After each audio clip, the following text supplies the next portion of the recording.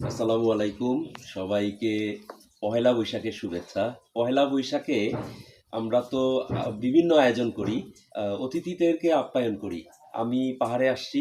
পাহাড়ে একজন ত্রিপুরা দাদার বাড়িতে আসছি। উনি আমাকে কি কি দিয়ে আপ্যায়ন করাইতেছে আপনাদেরকে একটু দেখাই। এটা হচ্ছে একদম খুব গরম, মানে বিন্নি চাল দিয়ে এক ধরনের মিষ্টি পিঠা, খুবই মচমচে পিঠা।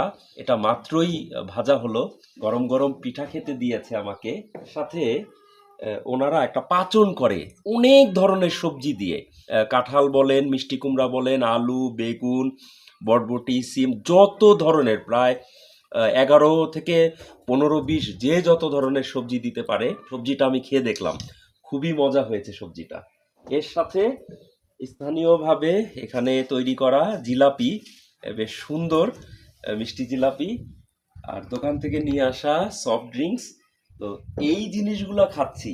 আর এর চাইতে আরেকটা বড় বিষয় হচ্ছে যে এদের আন্তরিকতা, পাহাড়ি মানুষের আন্তরিকতায় মুগ্ধ হচ্ছি।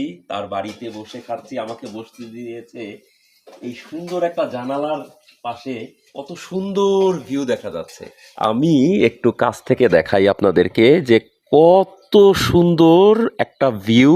চারপাশটা সবুজ, একটা ঠান্ডা বাতাস আসতেছে। আমার সাথে দাদাও খাওয়া দাওয়া করছে। খুশিদা, দীর্ঘদিনের পরিচয় সাজেকে আমার সাথে। ওইদিকে ওই যে বৌদি কি সুন্দর করে সবকিছু ভেজে ভেজে দিচ্ছে। তার ঘরে বসেছি। আর স্কুল পড়ুয়া মেয়ে বিভিন্ন কাজে মাকে সাহায্য করছে। এই হচ্ছে দাদার ঘর।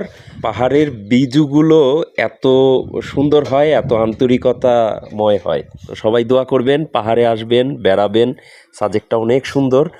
আর বিশেষ করে এরকম বিজু বা পয়লা বৈশাখের উৎসব, বৈশাখী উৎসব যে নামেই ডাকি, এরকম উৎসবে পাহাড়টাকে দেখে যাবেন। সবার কাছ থেকে বিদায় নিচ্ছি। আসসালামু আলাইকুম।